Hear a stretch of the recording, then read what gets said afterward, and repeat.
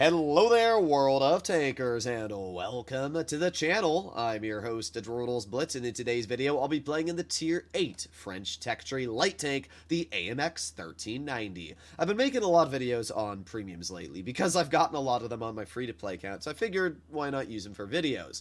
However, one of the tanks that I really want to make a video on today is this French Light, because it is still one of my favorite Tier 8 in the game, and for anybody that doesn't really understand the capabilities of what this tank can do, hopefully you'll learn a little bit more about why the 1390 is an absolutely amazing tank in today's video. The first thing that makes the 1390 so nice, and why I actually like it more than all the other French lights on the line, is that it's small. It's the same size as the AMX 1375, and because of that, you're this tiny little profile, but you feature a very large 90mm gun, dealing 225 damage a shot, that is 675 damage in a clip, and it also features shell reload boost as a consumable, meaning that you can deal all this damage in about, 3.6 seconds? That is really fast damage. So the tank has crazy good clipping potential, and it's this tiny little profile, which means that it has amazing camouflage values. And even though the tank isn't the fastest, it doesn't really need to be because of how small of a target it is. So let's see, up against us we got an IS-3 and a Tiger II. Okay.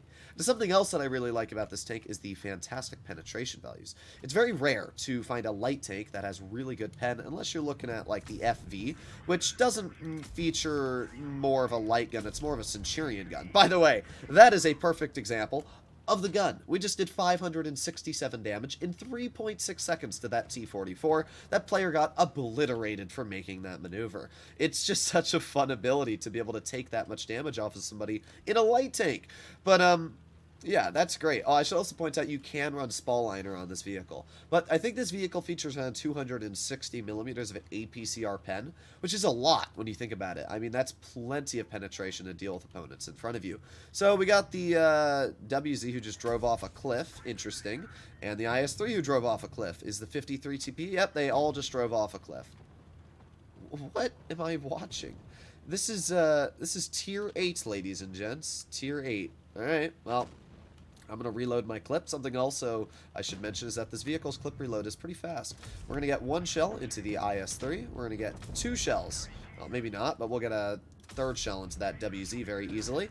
That is a stock 53 TP, and wow, that might be just one of the worst teams I've ever seen in this game. I'm not even joking.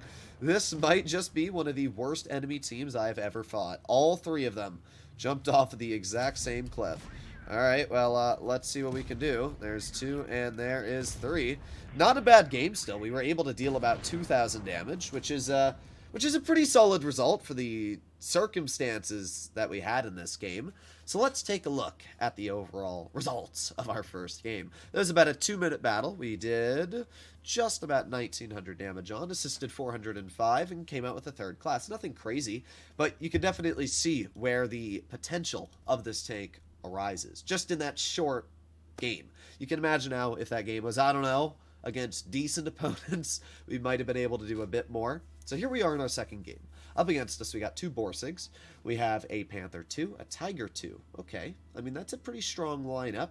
They have a Comet, IS, and an M41 Bulldog. Their Tier 7s are also pretty strong. I actually don't run Spall Liner on my AMX. I don't know why, I just don't like to. I feel like it's... I don't know. I'm not gonna lie. I don't know why. I just don't run it. I probably should. Maybe that's something I should change after this game. But let's make our way over to this bush and see what we can do. Hopefully somebody's gonna poke, and there you go. We got one shell into the Bulldog. I'll take it. That's a 256 roll. You can see where that nice chunky alpha comes into play. This isn't like, you know, other lights, even the British light, where you're only rolling 190 with your shot. It does hit pretty dang hard, which is... it's just really nice to be able to roll your opponents hard. So we got the Panther 2, we got the Bulldog. I'm not sure if that Bulldog's going to try and run away. Let's put on our shell reload boost. There's one, there's two, and three. Just like that. 607 health off the Bulldog, permatracked, and dead. In 3.6 seconds. Again, it's just so nice to be able to do that. The only other tanks you can effectively do this in are maybe the T-49 if you pen the shot, and probably a Borsig. But the Borsig also... they've just got so many downsides compared to this tank. So we can see that the platoon has the Tiger 2 off to one side of the map, which is not great for them. We do have the Panther, who looks like it's gonna kind of drive over here. There you go. We got one shell into the Panther, and well, that was a little cringe. That Panther just instantly turned and snapped. I don't want to put myself in a position where that Panther can rush me, because this is not a tank that deals with German mediums rushing it very well. So I'm going to let that Panther actually rush those guys, and while that's going on, I'm going to try and get a clip maybe into the IS. There's one pen, two pens, and unfortunately, that player was able to back into cover right before we could get the final shell out. But in 8 more seconds, we're going to go for this lonely Panther 2, hopefully. Oh, never mind. The Panther is facing me, which is not exactly what I want. But let's go for a tracking shot. There you go. Oh, boy. Oh, boy. I don't like this. I don't like this. I'm backing up. Let's go for another pen into the Panther. Oh, boy. Oh, boy. Let's keep on backing up. Now, the good thing is that we do have plenty of mobility. And I'm just going to keep on going this way. Oh, oh, this Panther. Oh, boy. I don't know how you managed to bounce me there, but you're going to regret this. There's one. And a 2, and you're dead. All right. Well, we would have been basically a one-shot, but the Panther managed to bounce us a lot.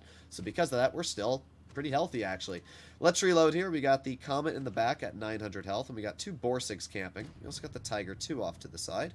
Let's go for that Tiger. There's 1 shell into the Tiger, 2 shells into the Tiger, and 3. Just like that. Another 670 damage, just bringing us shy of 3,000. Again, you can see the crazy good damage output capabilities of this tank.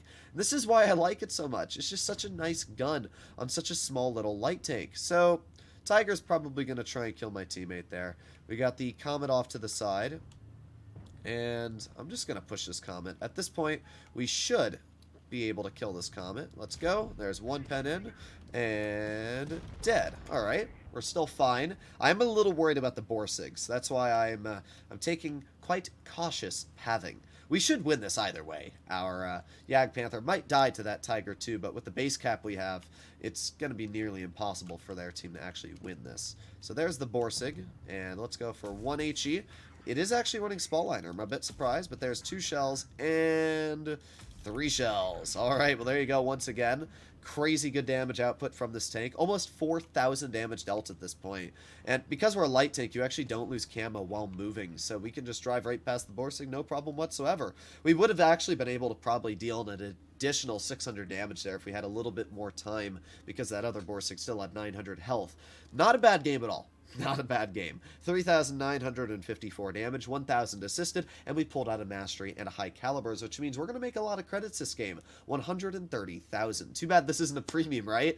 But either way, I think this very easily illustrates why I love the AMX 1390. It is definitely better than that piece of turd premium AMX Defender, and it's just an amazing tank. I would highly suggest for anybody that likes the bat chat or likes this type of playstyle to grind down this line. The whole line is fantastic, and if you understand how to maneuver and position this type of tank, you can do very well. As I say, I think of it as a mobile tank destroyer. So not a bad game at all, and in fact my stats in this tank have been pretty solid. 22 games, 82%, 2,700 damage. And again, this is on my free-to-play account where I don't have my crew skills maxed out. I grind these tanks stock, so yeah, it's a little bit painful, but if you make it work, it can do very well. I'll see you in the next one. Bye-bye.